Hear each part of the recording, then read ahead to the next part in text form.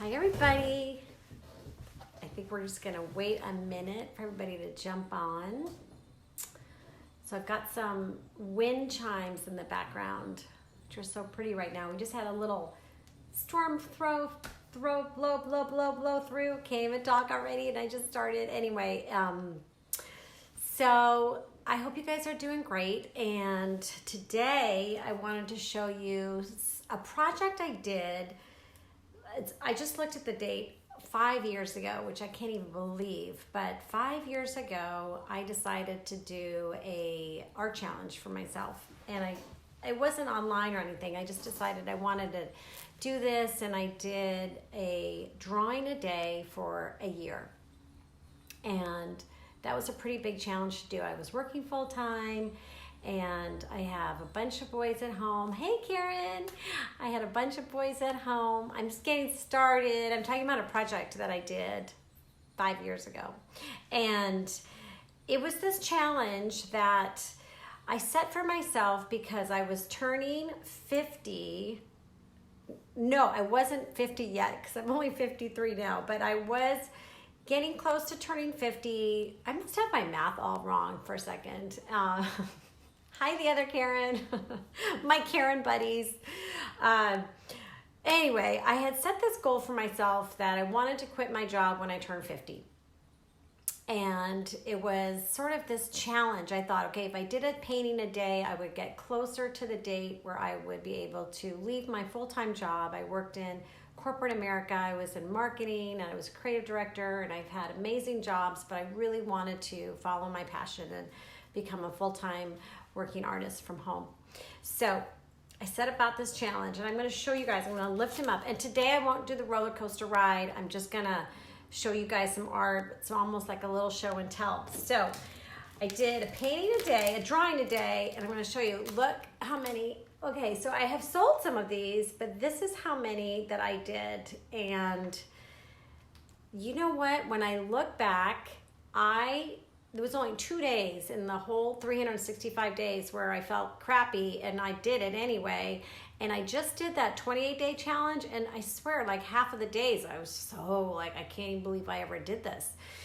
So the one thing about, I think, having the challenge back then was that my art business wasn't established yet. I was going to work and carving the 30 minutes to an hour every day before I worked or at night. It wasn't a hard thing for me to do. It was something I looked forward to every day. It was very, very meditative. It was therapeutic for me. And I loved telling my kids, like, I need like this hour or I need 30 minutes to do my art. It was the only time I did art. So I think that's why the challenge itself was a little easier to finish. And also I knew I had a goal at the end, which was to leave my job. So anyway, I have some of these that I want to show you. So I won't flip you over, but I wanted to show you the very first one. So the flowers that I decided I was going to do was from my garden. I started it on my birthday, which is in April, and it was one flower a day from my garden. That did not last very long, but I did start it. So this is the first one that I did, and I'm hoping this is right reading. I'm hoping it is, and you guys can read it. But we have some Carmel Valley stone, and so this is in part of our house, and so I decided to do a pen and ink drawing every day of a flower. And that lasted for the first few days. I'm just going to show you a few different ones. This was like day 2. This was the second day. It was poppies. And after I did these flowers for the first 2 weeks, I really started getting into it. And I started with just pen and ink. And I say pen and ink, but it's really the old-fashioned way pen and ink. It is the Faber-Castell Pitt. These are my favorite pens. And I spent my 30 minutes a day doing these. And then what happened was I then started to incorporate some watercolor. So I'm going to show you some of those ones. And then I really started loving doing these. So this is some sweet peas. And the fun thing is, if you date them, so I have the dates down here at the bottom, these were what was in bloom at that time in my house too. So I can kind of look around and see. Okay, so sweet peas, and I just actually planted some sweet peas, so they should be coming up. This was like, I think June, but I thought it was earlier. But anyway, this was another one, and then I started painting with watercolors. So I would do the outline, and then I would add some watercolors. And I had these really cool plants at my house. This one is a popcorn plant, which is really cool. And that's actually still around, which I can't believe. And then this one is a foxglove. And so what I was doing was I would outline it first in pen and ink. I always say pen and ink. Oh my God, I'm so old. In pen, like these. And then I would paint over them, which was really fun. So here is a few more that I really liked. I also did some pen work and just did some of the flowers in paint. So here's the magnolia branch and a bloom, and it just has a little bit of the pink paint on there. Sometimes, depending on how much time I had, I just did sweet peas. Oh, thanks, Terry. I think I have some more sweet peas to show you too. This one is just pen work, and a lot of it depended on if I had time in the day and if I was in the morning doing it and I needed to get to work. There was a time this was January 21, so this is when our magnolia trees come out to bloom, and I love painting those and drawing them. Another flower that we have at our house is the bougainvillea, and so I have a couple here to show you. This one is a bougainvillea that was with like a lighter paint wash, and then this one is, with a darker paint wash. And they're all watercolor, and they're just black lines. And so what I was thinking of is, a little album. Yeah, wouldn't it be fun? I actually, you know what? I meant to do it. I was a little out of it this morning. I have taken all of these paintings, and I have made a little tiny book on Shutterfly. I'll tell you that story in a second. So this is a hydrangea. This one was really fun too. I did a whole bunch. When I look back at the year too, like I would do hydrangeas every day for about a week, and then I would do the other ones. Let's see what other ones. Oh, this is another one that I loved to make were the tulips. So another cool thing too about doing this challenge was they're like little memories. So we had some good friends who brought tulips, and then I painted the tulips for like 3 days in a row. So every time I see this one, I think of them because they brought us these tulips. And so when the tulips open up, they were so pretty to paint and draw. Now I can't remember if I already showed you this one. This is another sweet peas. I think, Terry, you like the sweet peas. So this one I actually did, and I think I've done like 4 or 5 sweet peas in the bunch. So I really liked working on those. I'm going to show you some more black and white ones because it's really fun what you can do with just the pen work if you don't have time and you're rushing out the door. So the dahlias were really fun for me because I would not draw the stem. I would just like looking right down or having it look right at you. And so this one was a really fun one to do too. All right, let me show you. Did I do the orchids? I can't remember if I showed you guys the orchids. Oh, thanks, Terry. Okay, so the orchids, I love doing orchids. And so I'm super excited because tomorrow and I think on Friday, I'm actually going to do a demo on how I made these. So on one of our Facebook lives, mine, one of the lives, I will do the pen. I'll do the pen work, which is like this, and I'll show you how I kind of get started. And then on the next day, I'm gonna actually fill it in with paint. So that's fun too. Okay, this is one I like, the enemy, can't even pronounce it, but I liked how simple that one was. So let me show you, this is a trumpet plant. that we had. It was a white trumpet plant. And then it's kind of fun too, because you can kind of go through all these plants and think, okay, I have those in my garden. This was another magnolia.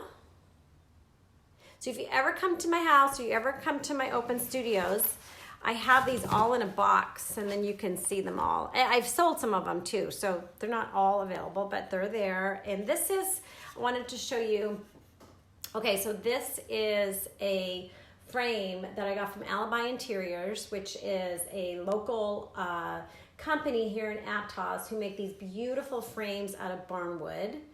And I went in, and these frames fit perfectly. So every one of my, not everyone, but a lot of these are framed, and they are, I think this is like 4 inches or 5 inches by 5 inches. I'm not exactly 100%, but they're really fun to just pop in there. And it's those artist tiles. So I should send you guys a link to that at the bottom when I'm done.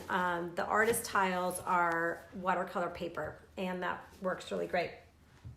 And then I wanted to share with you guys, so I did all these flowers, and I think it might have been like 2 years. So I did all these flowers for myself. I wasn't selling them. The only reason I was doing them was to count down the goal to when I was leaving my job. That was the only reason. It became something else to me. So drawing every day became extremely meditative for me, and it became therapeutic.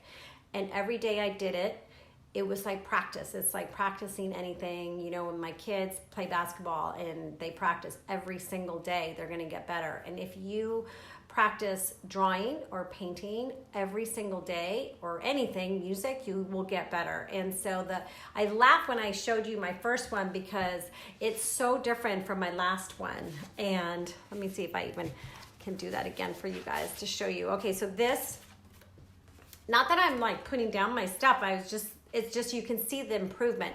So my first one again was just like this loose pen work on the front of the house. And then on my last one, I really went to town, and the first one would take, 30 minutes, and the last batch I did, 365 days later, they were taking, an hour and a half, and my kids were like, Mom, where's dinner? But it just became this really great experience for me. And it wasn't until a couple years later, I was at a store and I saw these tea towels, like your flour sack towels, with flowers on them. And I'm thinking, oh my gosh, I could do that. I could take all my flowers and figure out a way to get my flowers on product. My background is in product. And so I just sort of put my background brain together and came up with the tea towels, which I'm sure a lot of you guys know I have these tea towels. But hey, Martha or Marty, my high school buddy. So these are my flour sack towels that I want to show you guys this for a reason. So they're here. But this is for I put them in sleeves too, by the way, just to protect them. But my California poppies, okay, I did this, and then I got them printed on here. And it just sort of was like, what can I do with my flowers? I didn't do it to have a product, but it came about, and I created this product. And you guys, the flour sack towels have been selling great for me for the last few years, and now I actually create designs for the towels instead of grabbing what I had in the 365 days. But I just wanted to show you that sometimes you do some work, or you do a project, or you do something in life, and you have no idea that it's actually going to take you in a whole nother direction. And so it really did. It took me in another direction, and it was really quite an amazing thing. So I am all the time coming up with new flowers to do for these this product I have that I retail and I wholesale. And so anyway, I wanted to share that with you. So tomorrow I'll do a pen and ink demo. I keep saying pen and ink, but oh my gosh, it's like the pen. Tomorrow I'll do a demo with my pen, and the next day I'll do a demo with using the watercolor, so you guys can see how I do that. I didn't want to flip you upside down quite yet to do that. So I hope you guys are doing great. I don't have many updates on the boys, but the homeschooling or e-schooling or distant learning, Lukey told me he took a test today, and I'm always curious, like, how are they taking tests? How does that work? I didn't ask him, except what he got an 89%, so he clearly didn't cheat all the way. I have no idea what the test was on. I have to check in with him, but the boys are getting up and they're doing their work. And on another side note, this is funny for my mom and for Terry who's watching. My boys are crazy about English tea. I was raised in England and Ireland with English parents and love English tea. And so I get my tea now on Amazon. I get berries or Yorkshire Gold.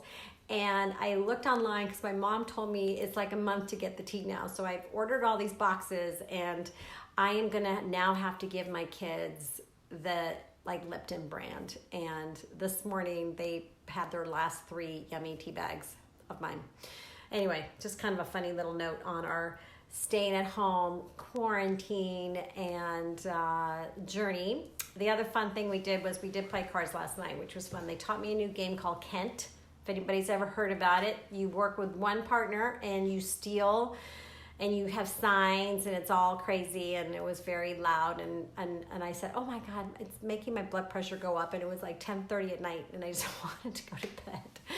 So big loves to you guys, and I hope you all are doing the best you can, and I will continue to share some of my art with you guys and chat. And again, let me know if there's anything you want to see. I have been saving some of these videos and putting them on YouTube, but I do sometimes, I'm able to go back and put links on questions you had. So any paints or art supplies that you guys are interested in, let me know. And I hope you guys have an awesome day, and I will see you tomorrow.